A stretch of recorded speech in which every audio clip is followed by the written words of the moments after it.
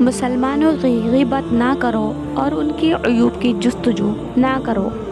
کیونکہ جو شخص مسلمانوں کے عیوب کی تلاش کرتا ہے اللہ تعالیٰ اس کے عیب کی تلاش کرتا ہے،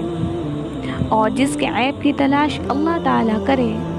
اس کو اس کے گھر کے اندر ہی رسوا کر دیتا ہے۔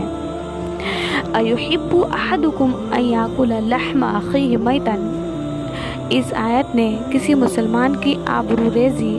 اور توہین و تحقیر کو اس کا گوشت کھانے کے مثل مشابہ قرار دیا ہے، اگر اس کے کہ وہ شخص سامنے ہو تو وہ ایسا ہے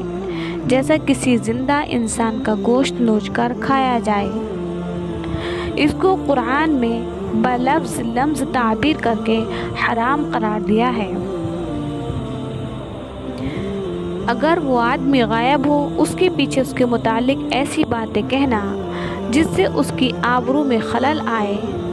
اور اس کی تحقیر ہو، یہ ایسا ہے جیسے کسی مردہ انسان کا گوشت کھایا جائے، کہ جیسے مردے کا گوشت کھانے سے مردے کو کوئی جسمانی اذیت نہیں ہوتی، ایسے ہی اس غائب کو جب تک غیبت کی خبر نہیں ہوتی اس کو بھی کوئی اذیت نہیں ہوتی، مگر جیسا کسی مردہ مسلمان کا گوشت کھانا حرام اور خباثت ہے، اسی طرح غیبت بھی حرام اور خباثت ہے۔ حضرت مأمون رحمۃ اللہ علیہ نے فرمایا کہ ایک روز خواب میں نے دیکھا کہ ایک زنگی کا مردہ جسم ہے اور کوئی کہنے والا ان کو مخاطب کر کے یہ کہہ رہا ہے کہ اس کو کھاؤ۔ میں نے کہا خدا کے بندے، میں اس کو کیوں کھاؤں؟ تو اس شخص نے کہا اس لیے کہ تو نے فلاں شخص کے زنگی غلام کی غیبت کی ہے۔ میں نے کہا خدا کی قسم، میں نے تو اس کے متعلق کوئی اچھی یا بری بات کی ہی نہیں۔ تو اس شخص نے کہا کہ ہاں، لیکن تو نے اس کی غیبت تو سنی ہے اور تو اس پر راضی رہا۔ حضرت مأمون رحمۃ اللہ علیہ کا حال اس خواب کے بعد یہ ہوا کہ نہ خود کبھی اس کی غیبت کرتے اور نہ کسی کو اپنی مجلس میں کسی کی غیبت کرنے دیتے تھے۔ حدیث میں حضرت انس بن مالک کی روایت ہے کہ شب معراج کی حدیث میں رسول اللہ صلی اللہ علیہ وسلم نے فرمایا کہ مجھے لے جایا گیا تو میرا گزر ایک ایسی قوم پر ہوا جن کے ناخن تانبے کے تھے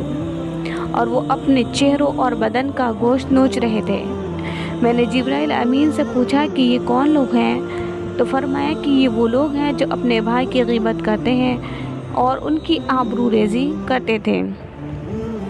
اور حضرت ابو سعید اور حضرت جابر رضی اللہ عنہ سے روایت ہے کہ رسول اللہ صلی اللہ علیہ وسلم نے ارشاد فرمایا الغیبۃ اشد من الزنا، یعنی غیبت زنا سے بھی زیادہ سخت گناہ ہے۔ صحابہ نے عرض کیا یہ کیسے؟ تو آپ نے فرمایا کہ ایک شخص زنا کرتا ہے پھر توبہ کر لیتا ہے تو اس کا گناہ معاف ہو جاتا ہے،